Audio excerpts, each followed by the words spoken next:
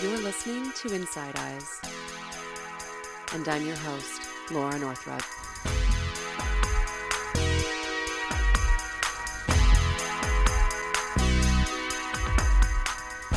Hello, everybody. Welcome to the very first episode of Inside Eyes.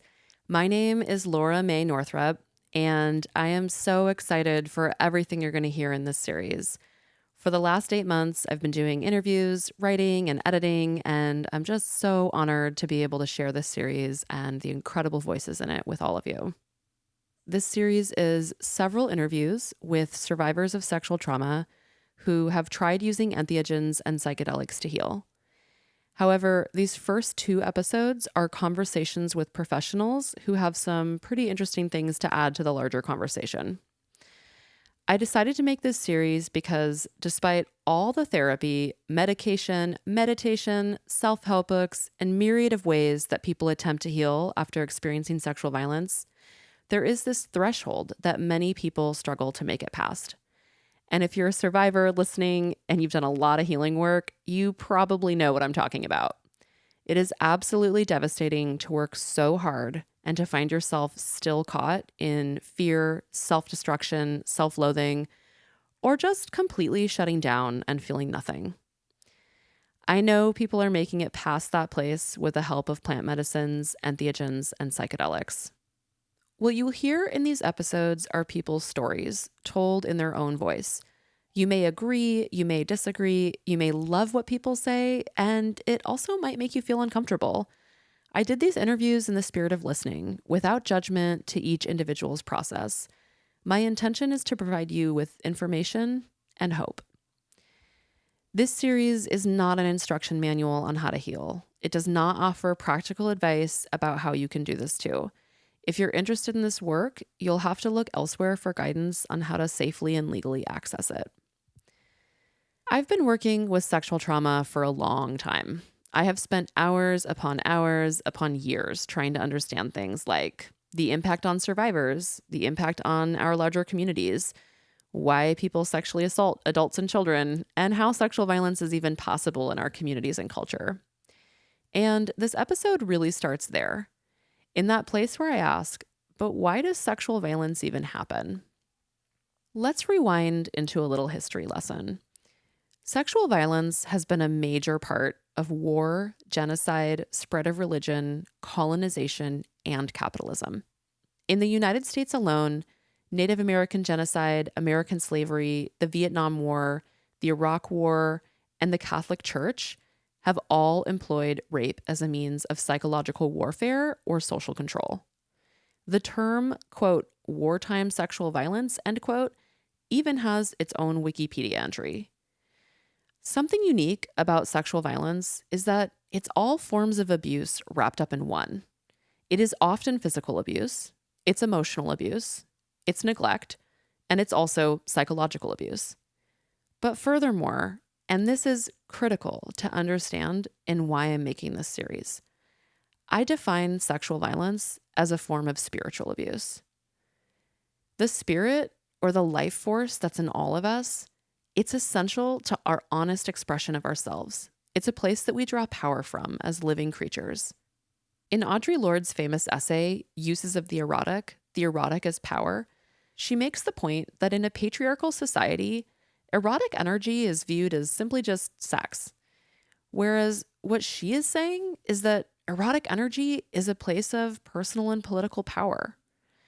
Wilhelm Reich, who was a Freudian analyst and somatic psychology theorist, wrote a book called The Mass Psychology of Fascism, in which he explores some of these same ideas, not specific to sexual abuse, but to the human body as an essential location of social control for fascism.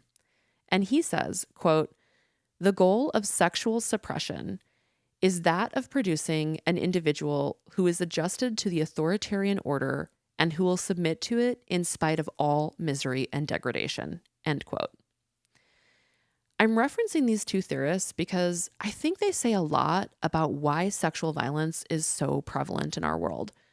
When the entire population of the world has either been sexually abused or assaulted, or is scared of being sexually assaulted, or is scared of their children or loved ones being sexually violated, that creates a huge spiritual impact on the world and the power of the people in the world.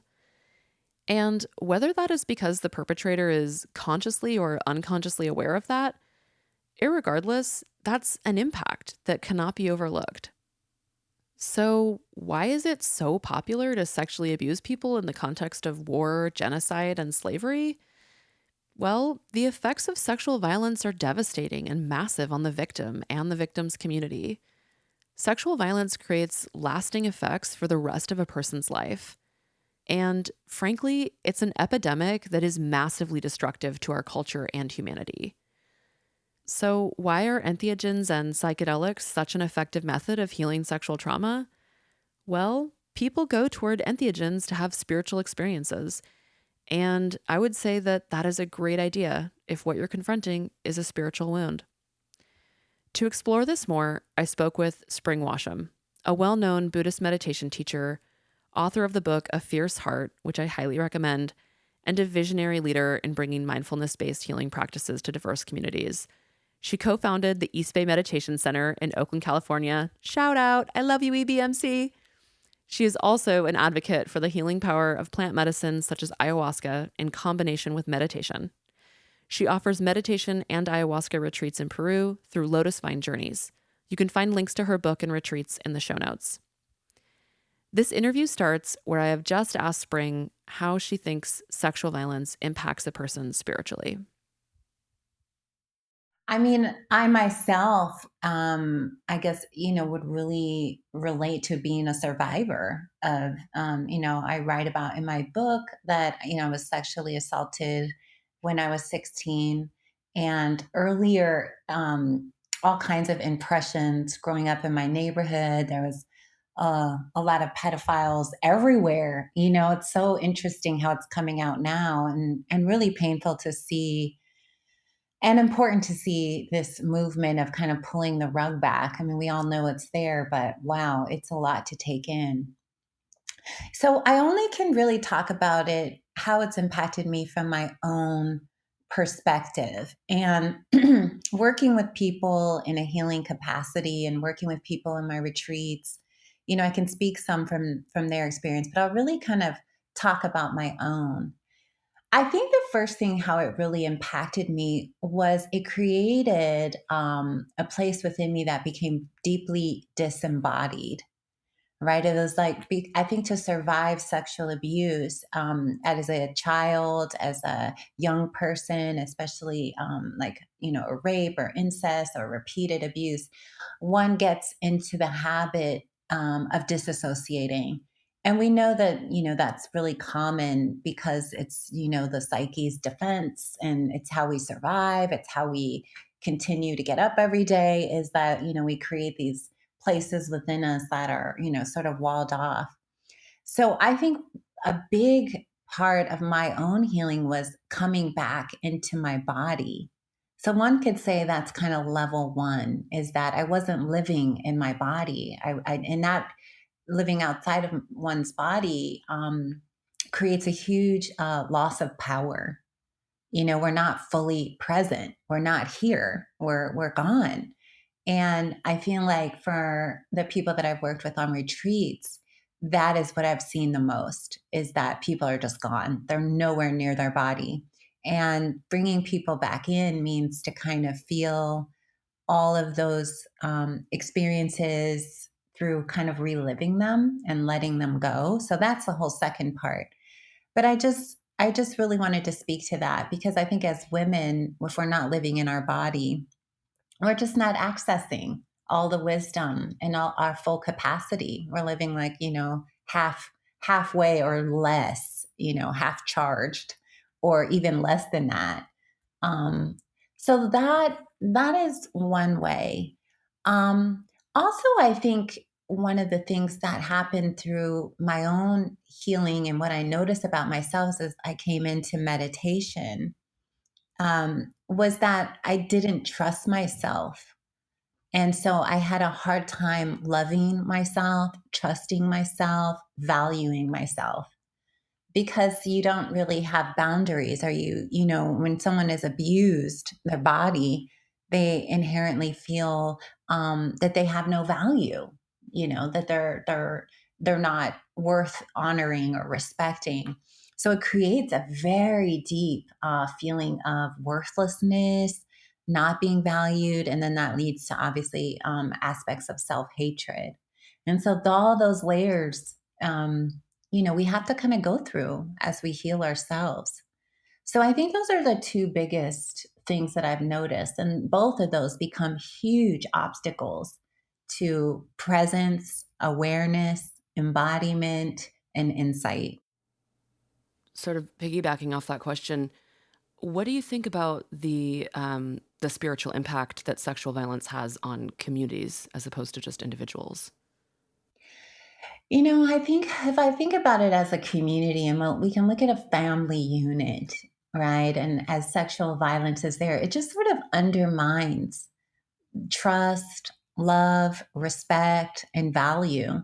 Because in order for sexual violence to really continue, it sort of takes a community. I was I'll have to admit, I got very interested and caught up in the investigation and the whole issue surrounding the R&B singer R. Kelly.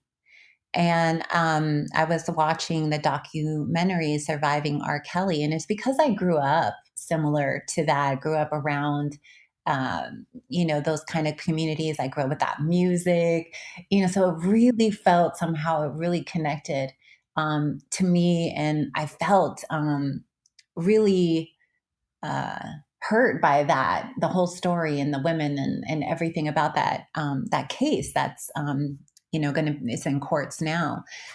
But I realize that it takes a whole community to keep sexual violence alive. It takes people overlooking, it takes people denying, it takes people not speaking up, it takes people protecting, it takes lawyers, fighting. It's like a whole community is involved in sort of allowing sexual violence to continue. And I think we're seeing that, with the Catholic priest, as now it's coming out, people were hiding information and bearing. A whole community is involved in denying and suppressing that. And that happens within families all the time. And so I think that in some ways it just creates a toxic environment where people get hurt, and um, there's there's no accountability. These are crimes. So when one is involved in suppressing that or normalizing that, or even supporting those who are doing the crime or victim shaming, wow, it's really really sad. Um, so yeah, it's interesting. The community, it's like the community tolerates it, and then it perpetuates it. So I know that you've expressed that you really make a distinction between psychedelics and entheogens. And can you just say a little bit more about what that is and why that is?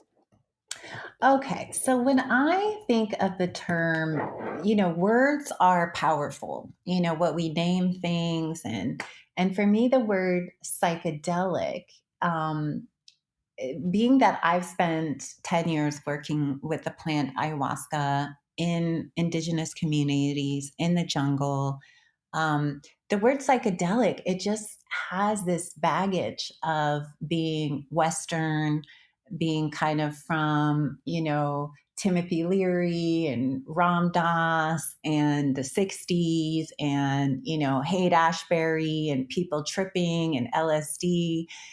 It has a certain connotation, the word. It's almost like, I guess I hate to say the word colonized, but it's very Western, right? It's a Western word. So when I think about ayahuasca, I think about earth consciousness, I think about medicine, I think about ceremony.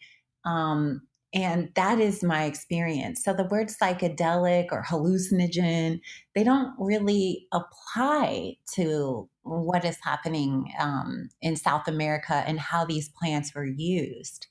So that word, I just don't relate to it. So I just, and for other people, they may really relate to it and they may say it, but that's not in a word an indigenous person would understand, or that's not how I refer to medicine. So for me, these are medicines, and they're used for healing. They're not just kind of mental games, and so psychedelic, the word conveys a lack of reverence to me, like a clinical science, or sort of hippies. It doesn't, and that word has a lot of baggage, and so I'm just trying to move away from that word. So I never use that, and that's just my own particular view. And I like to talk about why I don't to everybody who uses the word with me. But I recognize that it's the only word that people know. But the more we use other terms like plant based medicine, entheogens, the more those words become more of the norm. And we teach people what those words mean. Why do you think people turn to entheogens for spiritual healing? What does it offer that other things don't, such as therapy or meditation? Right. That's a great question. And a couple of things, again, using my own experience and seeing others. One is that these impressions, or we know that children, particularly at very young ages, and this is even goes people older, but particularly as children, the impression and the trauma rewires our DNA in some levels, right? Trauma does that. And so when we are trying to heal, and say we've gone to therapy, which is good, or we've done trauma work, and, for me, I did everything. And yet it still was this sense that something is wrong, something isn't right. I'm not over this, because the behaviors show that. So as much as I tried to work on it on one level, and it was good. I worked on it in different ways. It was like there was an underlying stuckness there. And it was on a 3-month meditation retreat where I really fell apart, and it was old trauma coming to the surface. That the plants and what plant medicine can do is they can take us at a much deeper level. They can go, ayahuasca in particularly, can go into a DNA level, and we can purge something out. We can purge out these impressions. We move them out of our energy body, our emotional body, in a way that we can't just through maybe talk therapy. I think somatic experiencing has a lot of benefits, because, again, that's moving energy. But these things are now energized, and energy in the body. And so, how do we heal that? That's what we're looking at, is healing energy.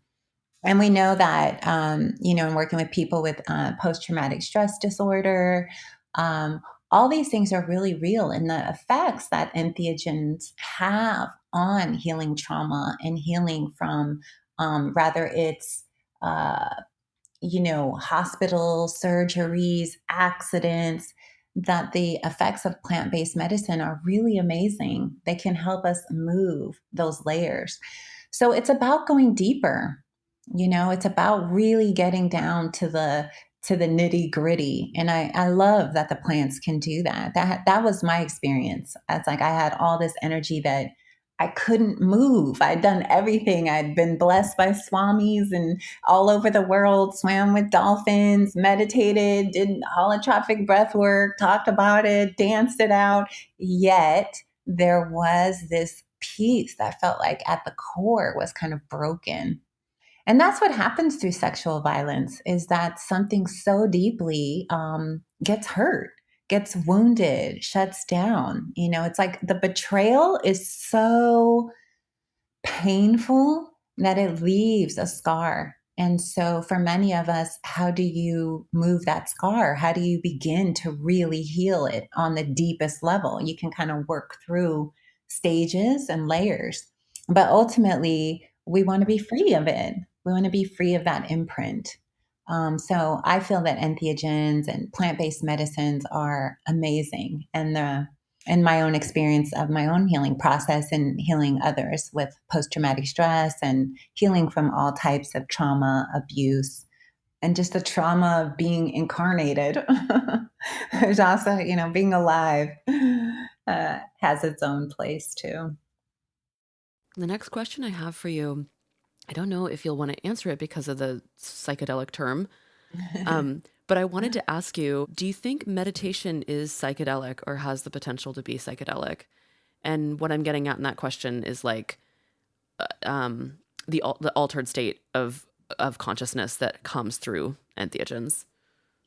Oh, yeah. I mean, I think that question is a great question. And I would say yes, 100%. When somebody is doing a long retreat, they're definitely entering altered states. I mean, seeing the nature of reality is different than how we perceive it, right? The true nature of things. So when we start to see impermanence on a moment to moment level, or we start to see emptiness, I mean, this is a massive insight. And this is why I love mixing Buddhism and shamanism together, Buddhism and entheogens, because we're, on the in the spiritual perspective and the Dharma, we're looking for insights. We're looking to see the true nature of things. And it's very disillusioning. If someone studies Buddhism, are they really getting what the Buddha is saying? I often laugh about that. Like, are you really getting what's being said here? Right? So I definitely think meditation can lead to altered states. And I've accessed all kinds of altered states during long retreats, and energies and all kinds of experiences. And that actually piqued my interest in working with plants, is that I guess I was someone who could kind of navigate between these worlds or these realities or these levels of awareness, actually. That might be a better way to put it.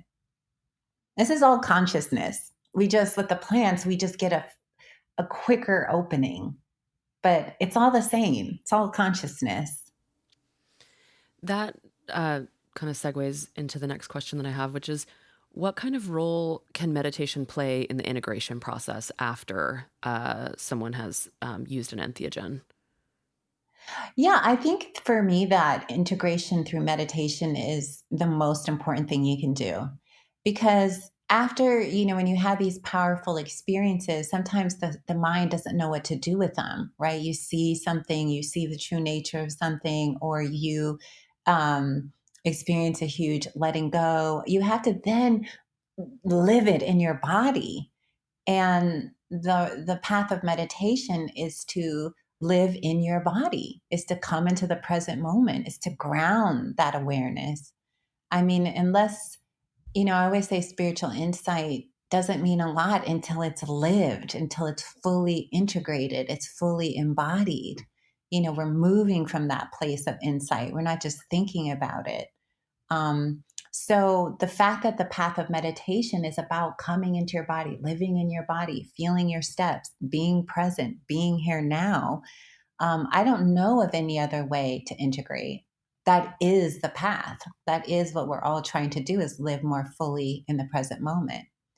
And what trauma does is it blocks our ability to be in the present moment, because the present moment is scary and we're disassociated. So coming into the present moment is a huge movement forward as we're healing from sexual violence and trauma or physical violence.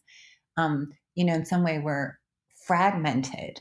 So present moment experience means danger for our psyche. So learning how to ground from the ethnogen, from the experience that we've had with the plants, is key.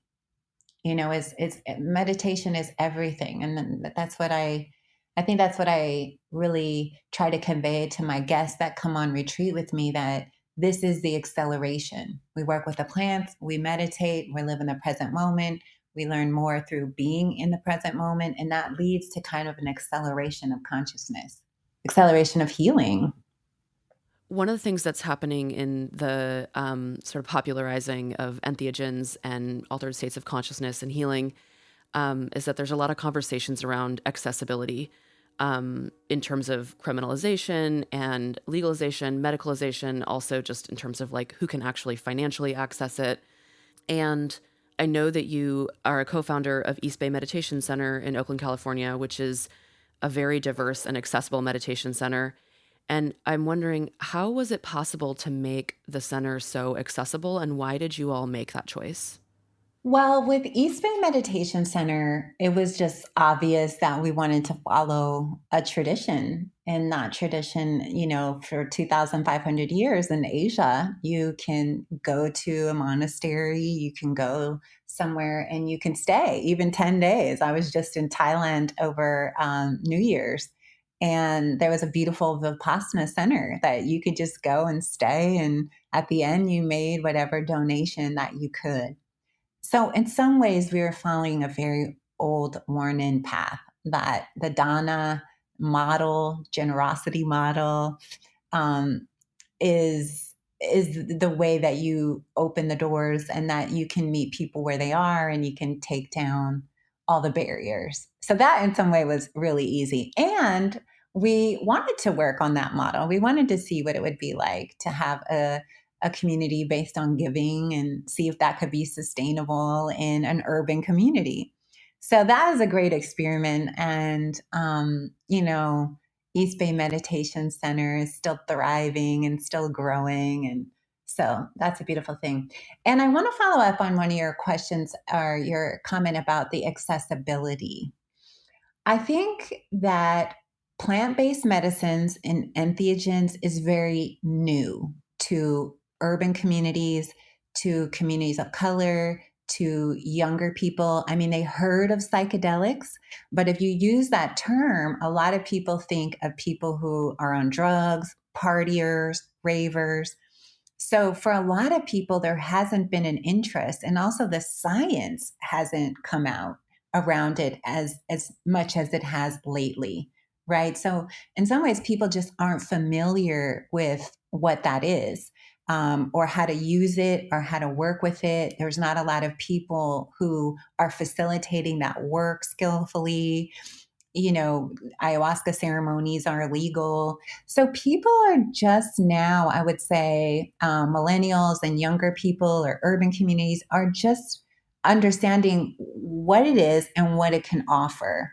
And there's not a lot of clear voices on the topic. So if you look at who are the voices, they're mostly very intellectual white males who own the topic. So for me to be talking about it as this could be helpful for you, healing your trauma, this and that, we're informing a new generation and a new community. But it's very new. For a lot of people, when they hear that term psychedelic, they think of drug users, people freaking out. They don't think of a safe, loving ceremony held by indigenous people. That's part of the reason I don't like the word, right? Because it conveys to communities of color who this is for and who it's not, right? So there's a sort of an emergence and new voices on the topic have to come out and share experiences. People have to see that this is not a phenomenon that just happened in the 50s, that this is thousands of years old. These are plants that, mushrooms were in Oaxaca, Mexico with grandmothers. These are earth plants. It's deeper. So I think there's a lot of education. And so that contributes to accessibility and who knows about this and who doesn't. And so there's a lot of factors involved in that. So one of the things I hope to do is kind of break through some of these barriers, because actually, like psilocybin and other things are very easy to access and they're actually affordable. They grow on the ground, so they can be found, they can be worked with, but skillful containers, people leading the work, people, there's more than just the plants. There's also how this work is held and ceremony and, healers to support. There's a whole infrastructure around skillful use of it. And we just don't have those facilitators yet coming online. It's a new phenomena. Yeah, well, and I really appreciate you explaining more about that because it also sounds like you're saying using the term entheogen is about making this more accessible Yes. because of the associations with psychedelics and because of the very real systems of oppression and privilege that have existed around psychedelics. Yes, the word psychedelic in its own, people think of white males, 60s, intellectuals, Harvard, people freaking out. They don't think of sacred, they don't think of the divine, they don't think of the earth based consciousness. So that's why I want to reclaim that word entheogen and speak to it, because I think that is the word that will open the door for way more people than the word psychedelic. All right, you've been listening to Spring Washam. Many thanks to Spring for being a guest on the show and sharing her wisdom. Spring brings up some important points about access and language, which is a great segue into the part 2 of this show, which is coming next week. But before we get there, I want to add a little bit more about the spiritual impact of sexual violence. Sexual violence really confronts us with some of the most horrifying parts of the human psyche. It is truly difficult to believe that anyone would do something so cruel. Many people report feeling as though they were dying during the abuse or that part of them has died after. And spirituality generally concerns itself with questions of life, death, and morality.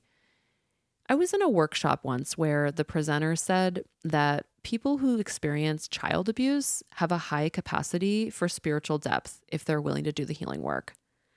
I've pondered that statement for many years, and here's what I have to say about it at the moment. Sexual violence forces an individual to confront deep spiritual questions.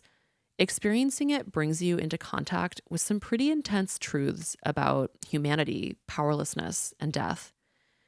And if you're an adult at the time of the abuse, that is really, really hard to deal with.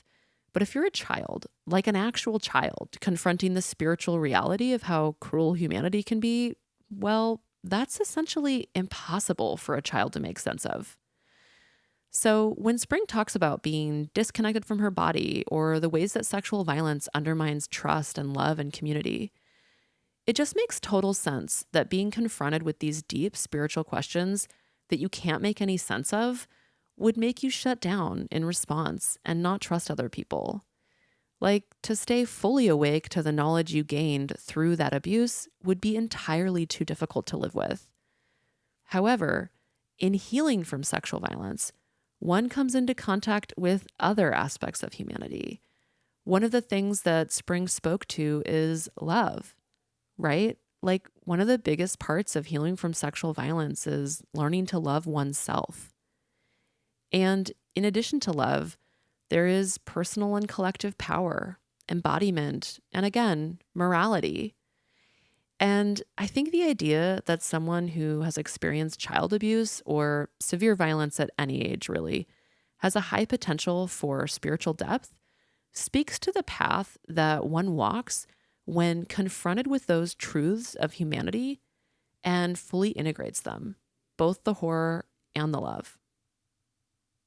And one last thing I want to add before we end the show is that Spring talks about meditation as a part of integration, which I fully agree with.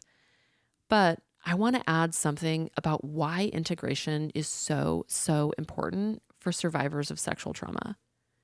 When you experienced the abuse, you probably didn't get what you needed after. Most of us don't. You probably needed love, someone to make it stop, someone to protect you, someone to understand you, someone to believe you. When you enter an altered state and are again confronted with the abuse, not having any integration plan runs a very high risk of reenacting your abuse, basically living through a hugely impactful spiritual experience with no holding or help making sense of it afterward. Okay, I'm sure you are full with things to think on, so we will leave it there for today. But please join me next week for part 2 of this conversation, where we will learn more about accessibility and talk with Ismail Ali of the Multidisciplinary Association for Psychedelic Studies, widely known as MAPS, and Jag Davies of the Drug Policy Alliance. If you enjoyed this episode, please subscribe to the podcast now. To stay connected and find out about my other projects, you can follow me on Instagram at Laura May Northrup. And finally, many, many thanks to Joey Seward at Left Field Studios for volunteering a lot of additional audio engineering to make this series possible.